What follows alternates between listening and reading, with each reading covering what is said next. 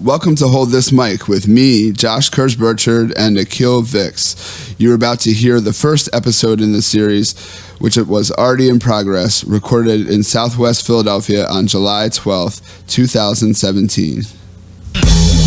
What's the basis for spaceships except for conveyance to escape the matrix? No, but it's more than you've seen it do. I promise you that my bars is rap genius proof. And I'd rather take the scenic route. I'm not the type that you see. We were talking, let's just doesn't have to be like all the way. Just right. We were talking about the Democratic Party, the deep state as seen by the left. Yeah. So fill us in. So, there's been a recent love affair between the establishment Democratic Party, and that's your MSNBC hosts, your Rachel Maddow's, then your Democratic leadership, your Chuck Schumer's, your Nancy Pelosi's, and what's referred to as the deep state, which is a combination of America's security apparatuses and the people within them who are like career people who work in those, work in the CIA, work in the FBI. Not like, in other words, not James Comey necessarily, because he had a limited term. Right. I mean, definitely they love James Comey now, but yeah, the deep state is more than just James Comey. Like, James Comey is a figurehead for the deep state, and those people do get replaced, and they tend to be a little bit more political. Wait, pause. Yeah.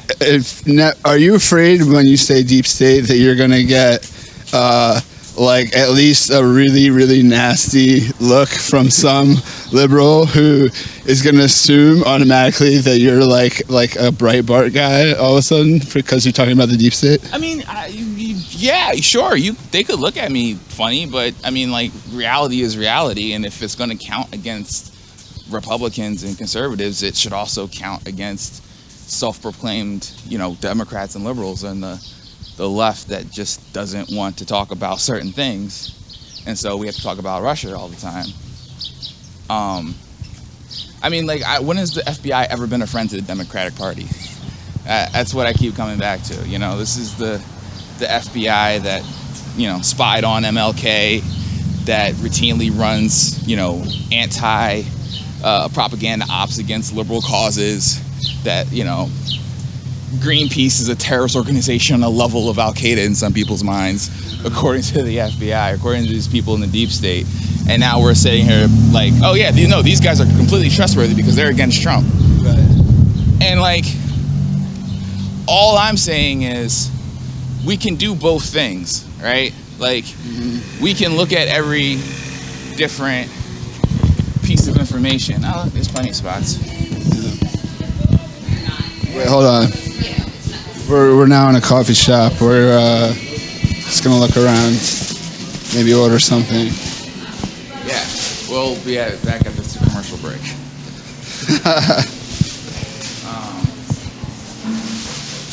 Yeah, it doesn't now. We're good. If you want to keep talking, though, you can. I can cut this. Okay. Well, yeah. I mean, that's like. We can do both things. We can take all this information that comes out of the deep state, and we can think about it in terms of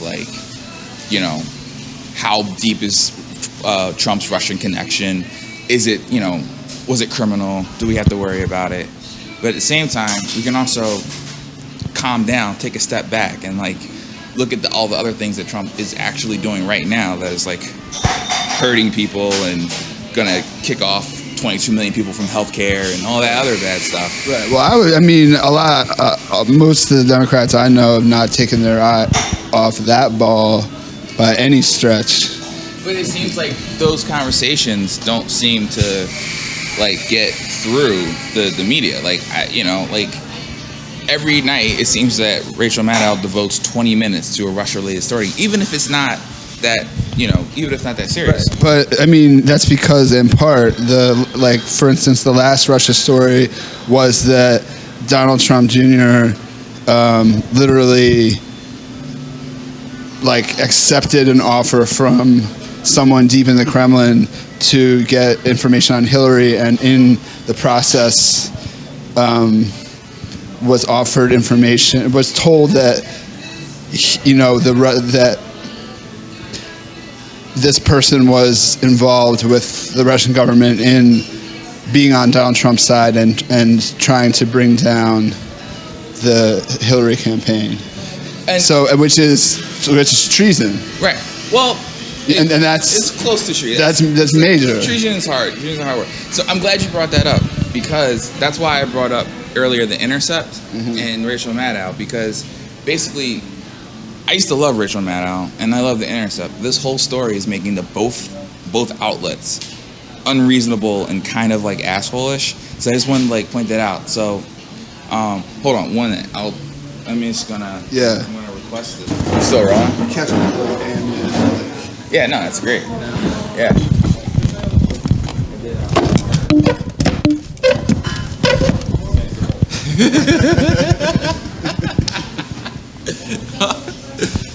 Oh man. So we're back. Yeah. So this is what I want to talk about. So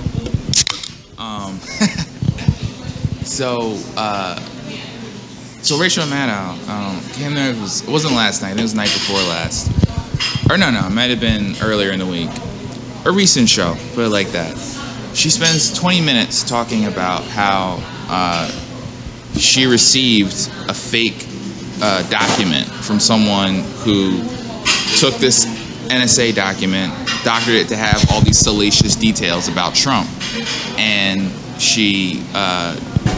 and it was faked. It was a fake document, and she talked about how her and her crack team got together and made sure that they found out this was a fake document, and they realized that it was made from someone who took it from a document published by the Intercept.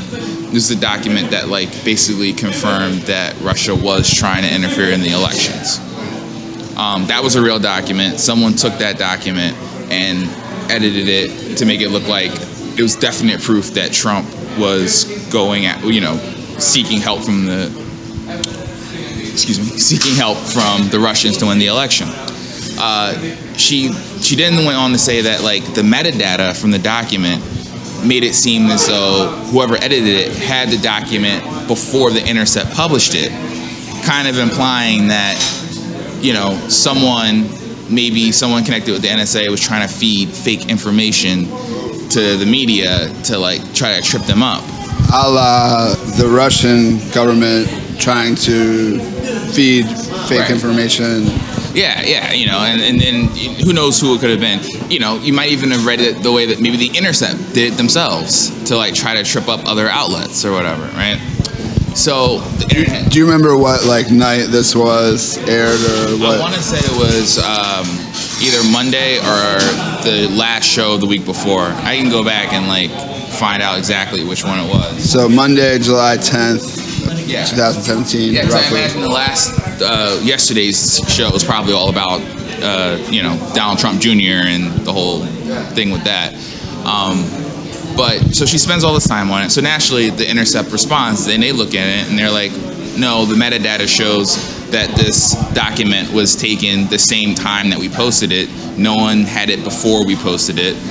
Someone out of the millions of people who read the Intercept took the document, edited it, sent it out to Rachel Maddow to see if she would publish fake news. They actually got in contact with the guy who did it, who remained anonymous. He said that he took the document and he edited it and sent it to multiple outlets to see if people would check it or they would, just run a story that that confirmed what they wanted to believe about Trump. So Rachel made it sound like she got this alone, and she, her and her crack team saw that it was potentially crazy huge information about Trump. And they checked it, and they did all this investigative reporting, and they found out, no, this is a forgery. Someone's trying to trick the media. When in reality, BuzzFeed got it, several other outlets got it, and they were like, oh, this is ridiculous, and they tossed it out, never to be heard from again. So how did Rachel find out that it wasn't the real deal? Well, she looked at it. When you read the document, it's kind of clear that it's probably not real. It's there's misspellings. There's things that are redacted, but instead of being a black line, it just says redacted. So wait, I thought that we were talking about why this discredits Rachel Maddow, but it doesn't seem to. I'll tell you why. Because every other outlet got this document, and they were like, oh, well, this is nothing, obviously. We don't even have to like tell people that we got this. Rachel spent 20 minutes of her show, which is a lot of time for an hour, well, not even an hour, like most primetime cable network shows are about 45 to 44, maybe even less of content, rest is ads. So she basically spent half of the time on, content-wise on her show talking about how she found out that something that a random person passed to her was a fake document.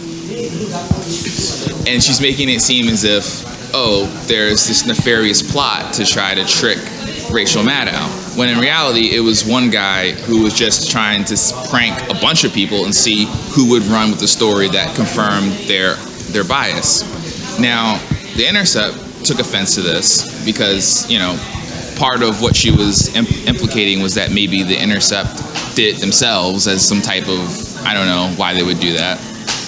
They go on the offensive. They look at the metadata and basically say that, no, Rachel, you misunderstand the metadata. This wasn't edited before we published it. It was clearly edited after we published it. Then they go, and the guy who did this, who actually did the fake editing, made the fake document, contacts The Intercept, explains the whole thing.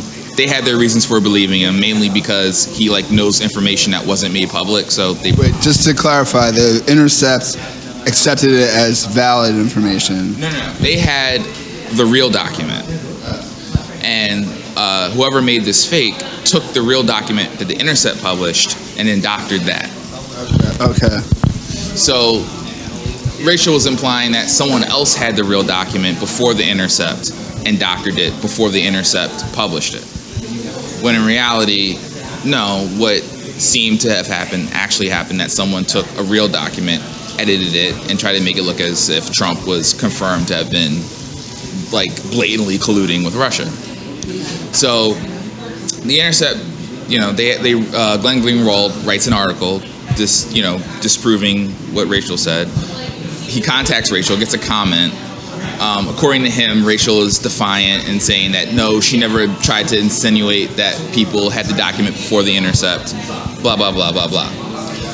So to me, this makes Rachel look bad because, I always thought Rachel was, policy and issues above this showsmanship and this. And clearly, no, she's a top-rated news cable show right now. And she's and there's a reason why, is because every night she gives you a fresh piece of Russian conspiracy for you to just be all hung up and maybe she thought she couldn't afford not to kind of show off her, this, to kind of recreate the story as something of her, news team having debunked the document, because, in the cutthroat world of TV news, if you don't run a story first, someone else will run it, and that's not an excuse. I'm just saying, maybe in her heart, she might not be as sort of deceitful, but in her actions, she sounds like she was. I don't think she thinks of herself as deceitful, and I don't think she's trying to be deceitful. I think she's playing the game, and this is the game that she's playing, is to make news entertaining. And but what about next to what you can see on Fox News, okay? Yeah. This infraction by Rachel Maddow is certainly important to, definitely, I'm fascinated by it. It's fascinating. It's a fascinating, yeah. Yeah, but if anyone in the sort of not far right watches Fox News, they immediately see this sort of almost totalitarianist, authoritarianist recreation of news, every single night, every single story. Yeah. So what do you think is the importance of pointing out there's the left, or the so-called left, or the people in the Democratic Party make missteps all the time, but right now, we're in this,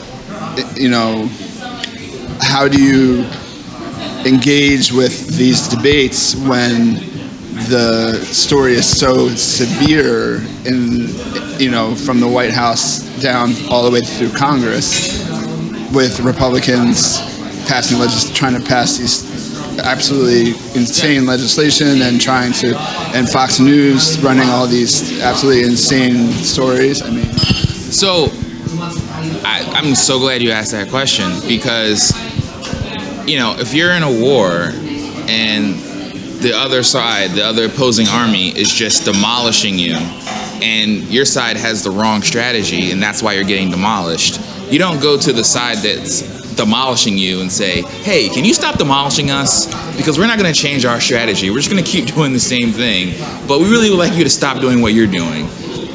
I don't know if that's going to work. Yeah, but come on. I mean, you have to hold people in check by putting on record the things that they're doing that are wrong. Like, that is an essential function of the press. I agree.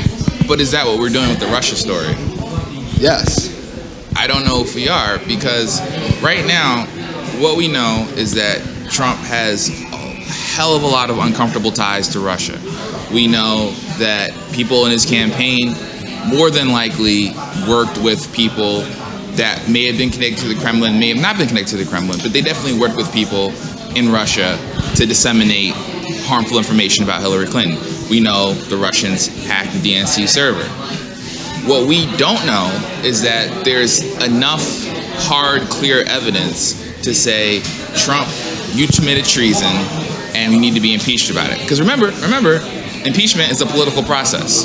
It's not a law process. Okay, but people get impeached. Nixon got impeached over an obstruction of justice charge. Okay, but he was going to get impeached over obstruction of justice. And not only that, if you take this and flip it around, which someone did on NPR or something recently, and asked a Republican member of the House or the Senate if this was Hillary Clinton in office and she was being investigated by the FBI, and she fired the director of the FBI, would she be impeached? And the guy said, like, without a doubt, she would immediately be put under impeachment proceedings. Absolutely. So, if Sasha Obama took a meeting with Hamas, and they said, hey, we've got damaging information on McCain, do you want to have a meeting to talk about it? And she said, I'd love to. Obama would be in jail right now. Yes. And so would Malia, and so would the dog, little rescue water dog. They'd all be in jail right now. But that's because we have a majority Republican Congress and a majority Republican Senate. We don't have any of that right now. But you have to need to impeach somebody. There's no path for impeachment unless we get Republicans to jump on board. And Republicans aren't. Which they are. They are jumping on board. Are they jumping on board for impeachment? And listen, as soon as Trump's approval rating among the Republican Party dips below 80%, where it's stayed through all this because people are somehow oblivious to a reality, then they're gonna start bolting from Trump, and the whole party. Some people will stay loyalists, but if there's a significant enough thing, like, for instance, passing legislation that pretty much guarantees that a lot of people, including Trump supporters, are going to lose their health insurance. Not a Russia story. Not a Russia story, but a big story, and a big, widely covered story. Then widely covered, but not with the same fervor, and we have to follow this. We have to follow every single thing about it, as opposed to Russia. Now, I grant, Rachel has covered the healthcare debate, and she's doing good work with that. She covered the protests where people are getting pulled out of their chairs, but there's other stories to cover that we can do healthcare, we can do Syria, what's going on in Syria, that kind of that didn't go away. Like there's still a horrible, horrific civil war in Syria. There's also still America, the UK, and Saudi Arabia bombing the fuck out of Yemen, which is a horrible, terrible story. There is Trump trying to collect data on voters and all the voter suppression. There's Jeff Sessions trying to there's so many stories that don't get the proper coverage, I think, because everyone wants to find the silver bullet to kill Trump and Russia. They want to believe that all we have to do is just talk about Russia enough, and then we're gonna be able to impeach him, and we won't have to go through 4 years. It'll be get him out of the way, and then we can go back to business as usual. I agree, except I think that it's not a matter of. I think one way you phrased it, I think what people are hoping for is a silver bullet, and what the news is providing are what they're hoping are the steps leading up to the discovery of the information that's going to sink Trump. That's absolutely and true. That's what everyone wants. Right, but so badly. But that's why they're giving it, and that's why Rachel Maddow is the highest rated cable news network show. But what we want and what we need to do aren't the same thing. Like for this to work, right? You need to find hard, irrefutable proof that Trump himself personally colluded. Not for impeachment, though. Not for impeachment. Well, no, because look at this. Look what you have to overcome for impeachment. Right now, you have to get a majority of the House, not just the Senate, but the House, to vote for impeachment. You're not going to get a majority of the House. If you get like a few steps beyond where we are right now, which is like Trump's inner circle interacting with Kremlin officials and understanding what the role is, that they are involved in a relationship of cooperation with Russians. It's not that much of a stretch to think it can go a few steps further and someone gets nailed for treason. I'm sorry, it's not that far. And that's what people want, because if that happens, Trump's out. And I'm not saying that's like that even is a silver bullet, because if Mike Pence became president, we'd have another whole fucking problem on our hands. He's a grown up. It would be. We feel a little more stable maybe, but like he also wants pretty much everything that the Freedom Caucus wants. Yeah, unless you're a gay person, you'd feel a little bit safer. But here's the thing. Here's what I'm trying to get across here. There's no incentive for the Republicans to impeach him. Let's say they get Kushner on treason, or at the very least lying on his application to work for the federal government, because he did. He already did, right? Let's say they fall through in that prosecution. Like you're charged, the same thing that Michael Flynn is going to be in trouble for, Jared Kushner did too. So let's say that happens, right? And trying to create a channel to the Kremlin. All that stuff, right? So let's say that happens. The voting bloc for these guys in these gerrymandered districts, they don't care. They really do not care about Trump and Russia. All they're going to do is repeat the same talking points. They're going to call it a nothing burger. I was debating a conservative guy on Facebook, as I am, Don Quixote of liberal politics. I debate these people, and they literally just say the same things that the Fox News people say. Like, they just get it straight from it. They call it a nothing burger. They say it's, the media is lying. So they don't really care. So if none of these Republican House members do anything about Trump, that's not going to hurt them, because their districts are gerrymandered. They're not going to get voted out in the midterms because of it. All they have to do is wishy-washy say, like, I don't know if I agree with the president here, and then just let it keep happening. Because what they want is they want their tax cuts. And they know that Trump is going to rubber stamp any piece of horrible legislation they can get through the House and Senate. Now, can they get stuff through the House and Senate? They're not really good at it so far, but they have a dream, and they're going to keep working at getting these tax cuts passed, and they know that it's got to be Trump. So they don't want to impeach Trump. At least they don't want to impeach Trump until after they get their tax cuts passed. So they're going to just let this thing play out play out. They're gonna be wishy-washy. They'll say that this is disturbing. They'll say this and that. Marco Rubio will have like half a spine for half a second and say something that makes Democrats excited, and then he'll go right back to not doing a damn thing about it. Hell, you might even have, you got Joe Manchin and Mark Warner in West Virginia, who just vote with Trump anyway. They like talk a lot of shit. They're like, oh yeah, I'm for the people, I'm part of the resistance, and then they just vote with Trump anyway. So with all that set up, you had Mitt Romney like talking about never Trump throughout the whole campaign. Yeah. And then when it came time for him to be asked about being Secretary of State, he was like, "Well, okay, I'll go up to the White House and give him 20 minutes of my time." The man said that Ted Cruz's father killed JFK and called his wife ugly, and Cruz did phone banking for him after that. These are not stand-up people here. So if you're the Democratic establishment and you think that you're the quickest, bestest way to get rid of Trump is to count on these Republicans to join with you and do the right thing, that's a little foolish. It's a little, No. Okay. Let's try this. We're gonna say one last thing, and then I want to try stamping it with like a topic. Okay.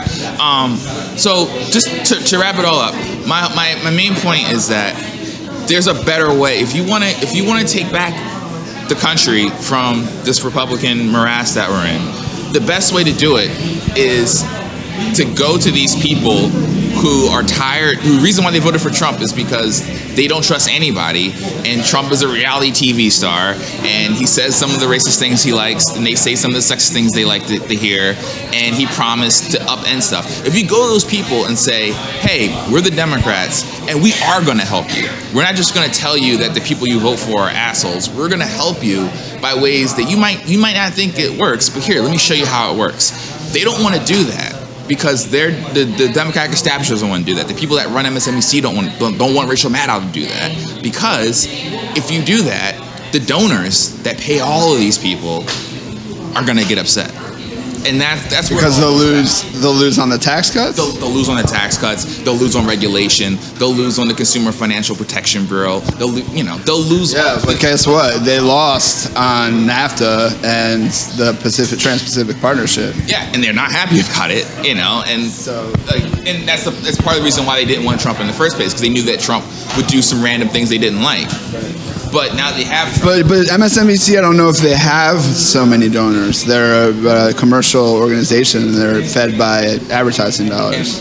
And run by a military contractor, General Electric. Right. Okay. But, at the same time, right.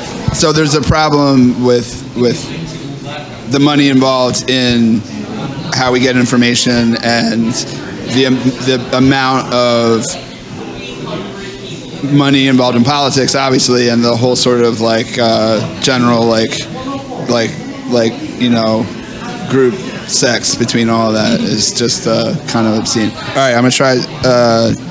Just gonna let this one die slowly as I sputter out.